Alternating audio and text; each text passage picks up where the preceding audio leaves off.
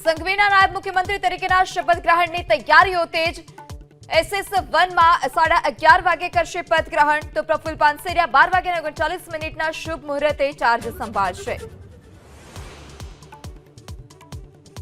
દિવાળી અને છઠ્ઠ પૂજાને લઈ લોકો વતન તરફ વાટ પકડી રહ્યા છે। યુપી બિહારના લોકો જઈ રહ્યા છે વતન। રેલવે સ્ટેશન પર મુસાફરોની ભીડ, એસટી બસ સ્ટેશન પર લોકો ઉમટ્યા।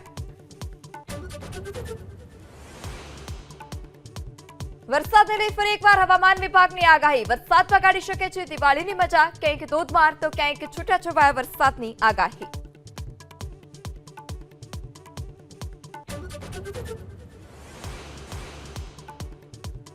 દિવાળીના તહેવારનો પ્રારંભ આજે ધનતેરસનો શુભ દિવસ। માં લક્ષ્મીને રીઝવવા શુભ મુહૂર્તમાં ધનની પૂજા કરાશે।